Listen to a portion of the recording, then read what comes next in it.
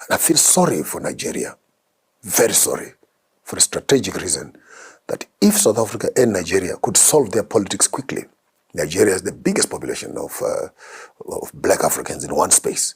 South Africa could have one of the biggest economies, one on the tip of the south, one on the tip of the northwest. But because of this muscle, I don't know whether it's an African sickness or who is bigger than the other. Imagine if Nigeria and South Africa could quickly, as head boys, as grown-up bigger boys in the continent, could come together, join up with BRICS. We could actually see the fast tracking of African development on the continent, and the availability of money, infrastructure will grow, and skills transfer from the Chinese and the Russians and etc., agricultural projects, health facilities, militarization, security, technology, the list is endless. But I think it creates a new platform.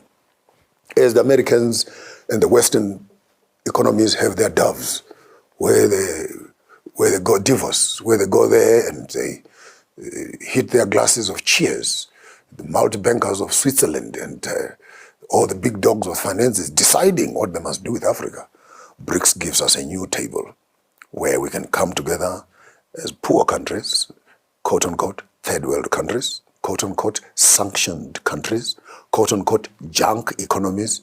So if we are junk economies, in the words of Donald Trump himself, African countries are I can't mention the word, it's on public media, where he actually identified us in the space of human anatomy as the placed of wastage.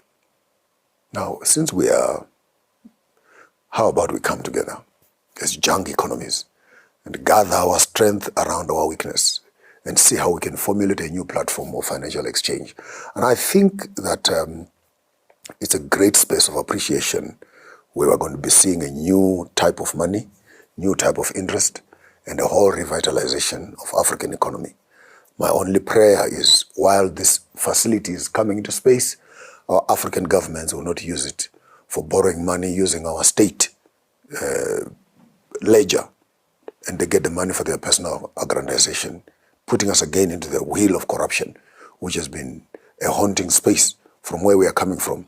But properly managed with systems that are in there, the Moodleys of this world who go around the world, verifying financially, how are you doing, measuring GDPs, and then that Moodley report determines when you walk up to the World Bank, what's your rating and what's your interests. And I think BRICS comes with a fresh air. Russia and China, having been severely involved in the liberation of Africa, and North Korea, in terms of training militarily during the wars and the liberation struggle. Now that we have the financial muscle, it translates our politics from political independence to economic independence. The only question I have is that, has BRICS started now developing mechanical structures to manage that financial system so that the monies that are being sourced can be used for the projects that have been identified?